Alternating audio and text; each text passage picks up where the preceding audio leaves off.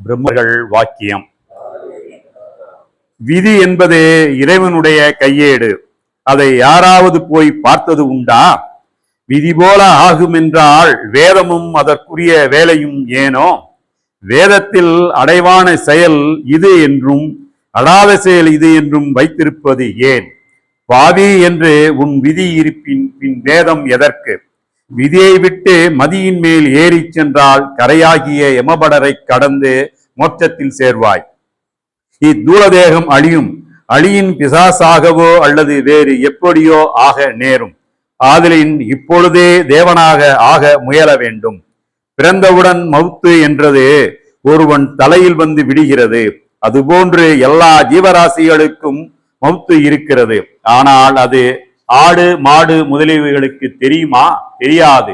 நமக்கு சாவு இருக்கிறது என்று தெரிந்து கொள்வதை இறைவன் நமக்கு விதியாக்கி வைத்திருக்கிறான். அப்படி விதித்திருப்பது நம்மேல் அவனுக்கு உண்டாகிய பொறாமையா?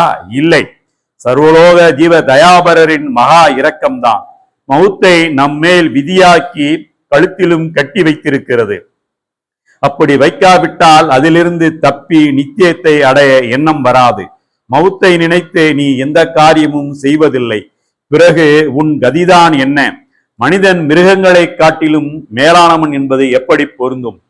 மவுத்து வரும் என்பதை மனிதர்கள் எண்ணத்தில் தூண்டிவிடுவதற்கே அந்தந்த காலங்களில் இறைவனின் திருத்தூதர்களாகிய மெய்க்குருபிரான்கள் வருகிறார்கள்.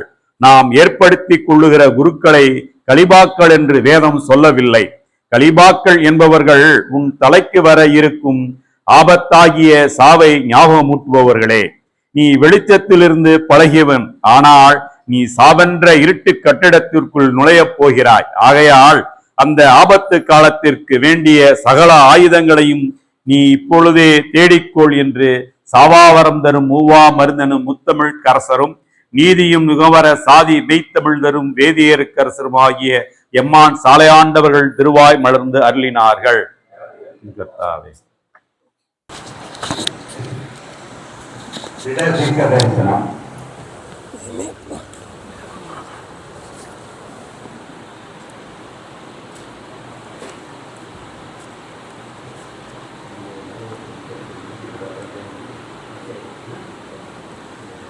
வேதகமசூதி கிரந்தங்களில் பிரம்மோதய மெய்வெளிச்சாலை ஆண்டவர்களின் அற்புத அடையாள தெய்வீக செயலை கூடும் திரதீர்க்க தரிசனம்.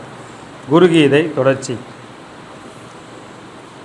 குருவினது தீட்சையின் மகிமையினால் தேகி செய்யும் எல்லா கர்மங்களும் பலனேடு கூடினவைகளாக ஆகும். ஒரு சத்குருவை அடைந்த லாபத்தினால் எல்லா விதமான லாபங்களும் உண்டாகும். குருவில்லாதவன் மூடனாவான்.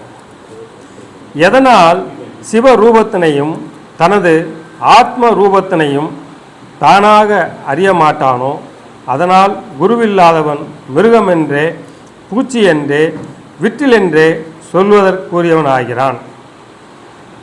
ஆகையால் எல்லா விதமான உலக ஆசார அனுஷ்டான பற்றுக்களை விட்டவனாய், சாஸ்திர கூட்டங்களை விட்டு நீங்கியவனாய், முழு பிரத்தியத்தனோடும் குருவினை செவ்வாயாய் ஆசிரிக்க வேண்டும்.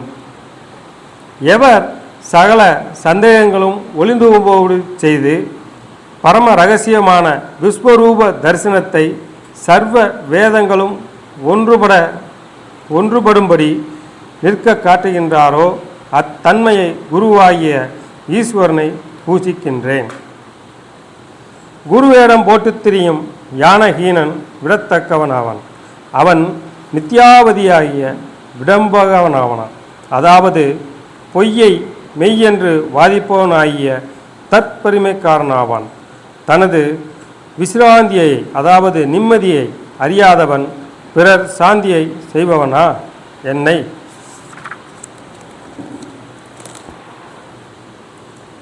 சிலையோடு கல்லோடு சேர்க்கப்பட்டுள்ளதனை கடக்கச் செய்வது என்பது ஆகக்கூடிய காரியமா? தன்னை கடப்பித்து கொள்ள அறியாத அது எங்கனம் தன்னை சார்ந்த பிறரை கடத்தி வைக்கும்? அதுபோல தன்னை காத்து கொள்ள தெரியாதவன் பிறரை எப்படி காப்பாற்றுவான் என்பது கருத்து. ஐயோ கஷ்டம்! அவர்கள் வந்திக்கத்தக்கவர்கள் அல்ல. அத்தீயோரை காண்பது